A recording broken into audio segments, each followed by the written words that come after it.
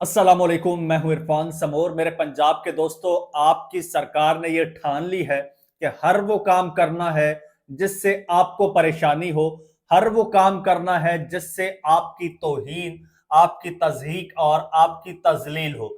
ये लोग लाशों पर सियासत करने वाले लोग हैं।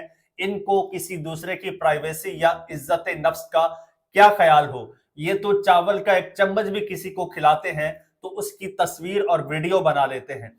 आपकी पंजाब सरकार ने आपकी तजलील करने का एक और मंसूबा शुरू कर दिया है। ये उसके डॉक्यूमेंट्स मेरे पास मौजूद हैं। ये वो मंसूबा है जो आपकी पंजाब सरकार से मंजूर करवाया गया है, आपकी इस नाम निहाद ब्यूरोक्रेसी ने मंजूर करवाया है। और इसके जो हकायक हैं जो आपके साथ शेयर करने जा रहा हूं, सुन के आप तो हैरान होंगे ही सही, लेकिन आपके साथ साथ आपकी ये सरकार जिसने इसको मंजूर किया है वो भी इससे वाकिफ नहीं होगी। एक एक चीज आपको बताऊंगा, लेकिन उससे पहले नए आने वाले दोस्तों से गुजारिश है कि ये चैनल आपका अपना है। अगर अभी तक इसको सब्सक्राइब नहीं किया तो सब्सक्राइब जरूर कर लीजिए और बेल आइकन पर क्लिक कर दीजिए ताकि हर नई आने वाली वीडियो टाइमली आपको मौसूल हो जाए। दोस्तों, पंजाब सरकार ने एक नया मंसूबा शुरू किया है और वो मंसूबा है पंजाब के स्पेशल एजुकेशन सेंटर्स में सीसीटीवी कैमरे लगाने का। और ये कैमरे कोई एजुकेशन सेंटर्स के अंदर नहीं बल्कि क्लासरूम्स के अंदर लगाए जाएंगे। जी हां, आपको यकीन नहीं आएगा, क्लासरूम्स के अंदर सीसीटीवी कैमरे लगाए जाएंगे। ये पूरी दुनिया में आपको ऐसी मिसाल नहीं मिलती, इवन जनरल एजुकेशन में भी, कि क्लासरूम के अंदर कैमरा लगाया जाए। लेकिन आपकी पंजाब सरकार पंजाब के स्पेशल एजुकेशन सेंटर्स में क्लासरूम्स के अंदर कैमरे लगा रही है और इस पर काम बाकायदा शुरू हो चुका है, बगैर सोचे समझे, बगैर किसी रिसर्च के कि भाई इसके नुकसानात क्या होंगे, इसके फवायद क्या होंगे और आखिर क्यों लगाए जा रहे हैं। बस किसी ने आपको एक प्रोजेक्ट दे दिया अपना खांचा बनाने के लिए और आपने दस्तखत कर दिए और काम शुरू हो गया। और इसके अब जो रिजल्ट्स अभी से सामने आ रहे हैं, इस वक्त इससे टीचर्स परेशान हैं, स्टूडेंट्स खौफजदा हैं और उनके जो वालिदैन हैं स्टूडेंट्स के, वो इस वक्त परेशान हैं कि ये आखिर हो क्या रहा है।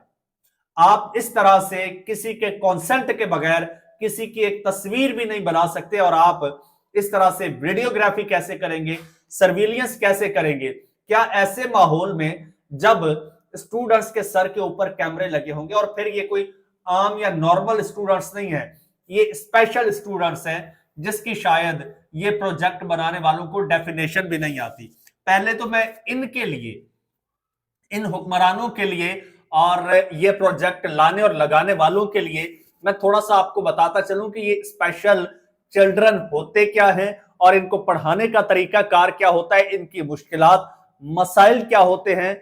शायद आपको अंदाजा हो कि इनके लिए सीसीटीवी कैमरे ठीक हैं भी या नहीं।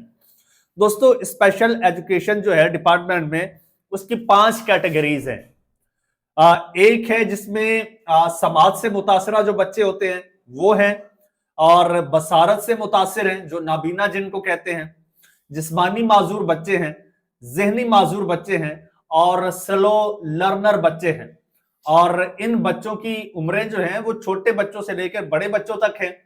तमाम कैटेगरीज के और तमाम एज ग्रुप्स के बच्चे वहां पर मौजूद हैं।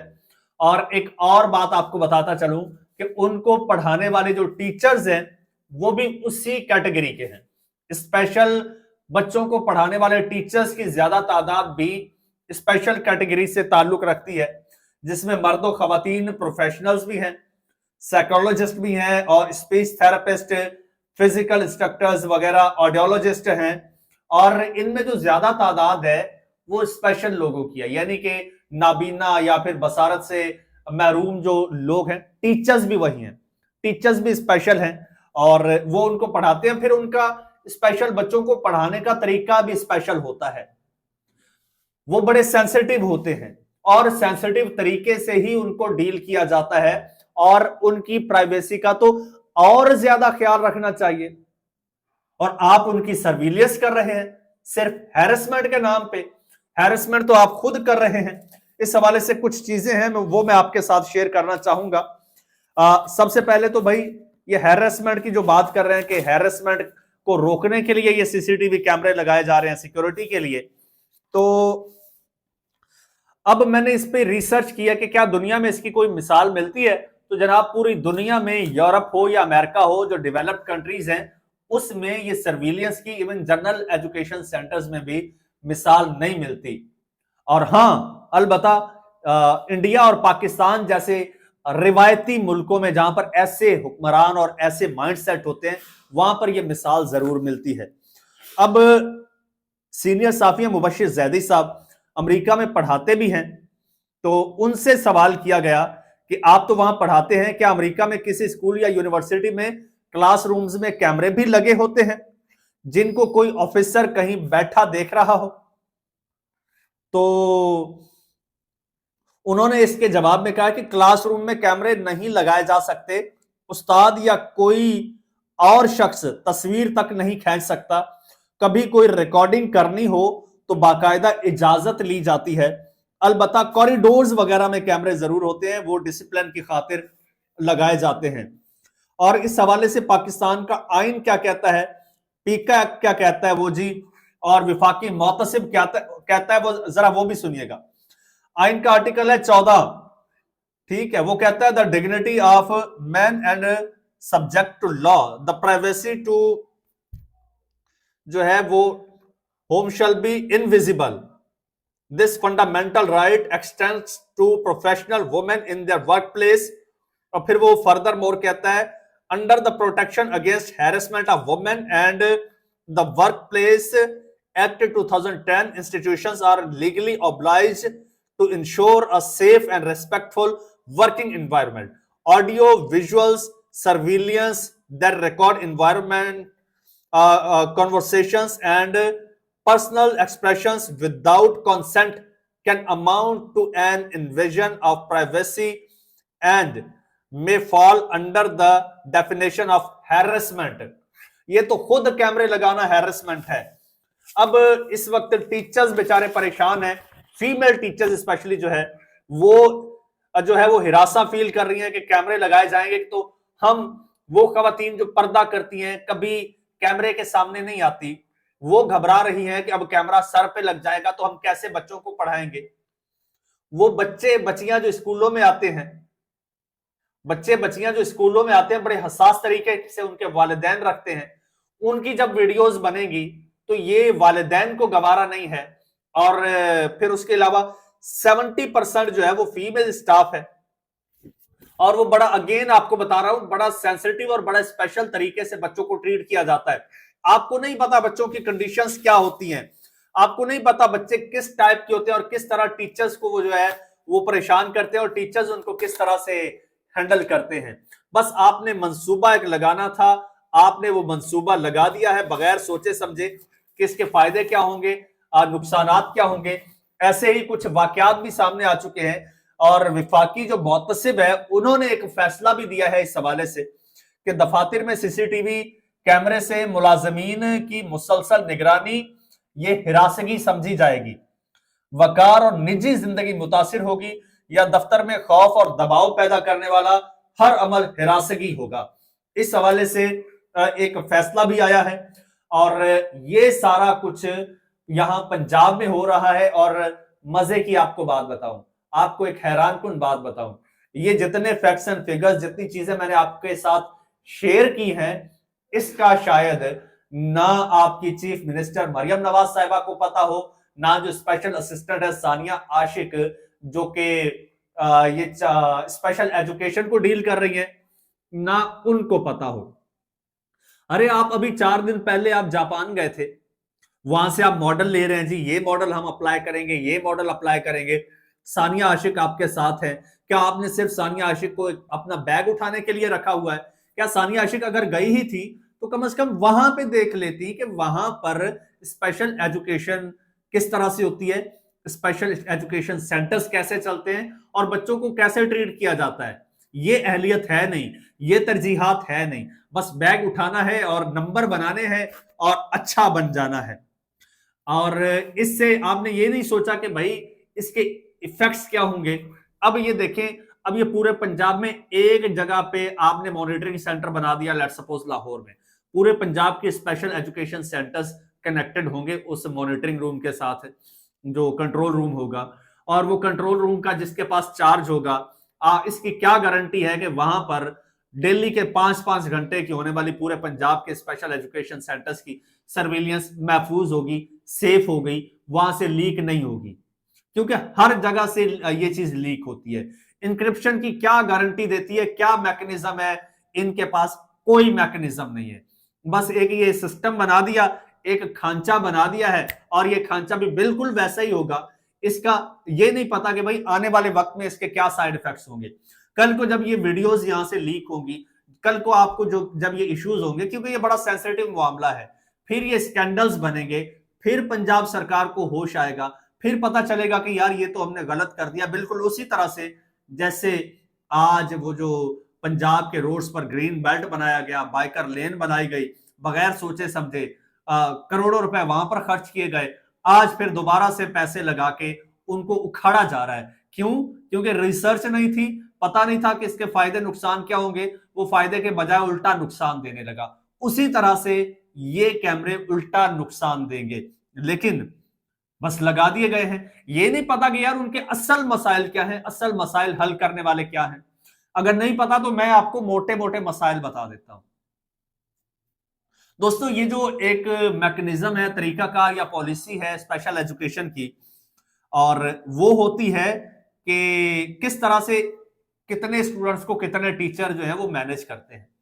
तो उसका जो रेशो है वो होता है, जो समाज से महरूम है स्टूडेंट्स, 7 स्टूडेंट्स के लिए एक टीचर मुख्तस किया जाता है। और जो मेंटली रिटार्ड होते हैं वहां पर 4 स्टूडेंट्स के लिए एक टीचर जो है वो मुख्तस किया जाता है। और जो हाइपर चाइल्ड होते हैं उनको कंट्रोल करना जरा मुश्किल होता है, तो उनके लिए एक स्टूडेंट के लिए, एक बच्चे के लिए एक टीचर होता है, एक बच्चे के लिए एक टीचर। और फिर जो बसारत से महरूम होते हैं, देख नहीं सकते, उनके लिए 4 स्टूडेंट्स के लिए एक टीचर होता है। लेकिन यहां पर पंजाब में सूरत हाल ये है कि एक टीचर जो है वो 35 से 40 स्टूडेंट्स को मैनेज कर रहा है।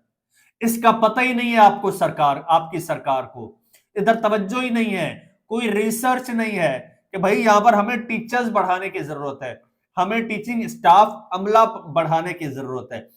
हालत यह है कि बच्चे ज्यादा होते हैं, टीचर कम होते हैं, तो फिर जो आया होती है वो टीचर की जिम्मेदारियां अंजाम दे रही होती है। वहां पर आपकी नजर नहीं है, वो जो असल कोर इशू है वहां पर आपने नहीं जाना।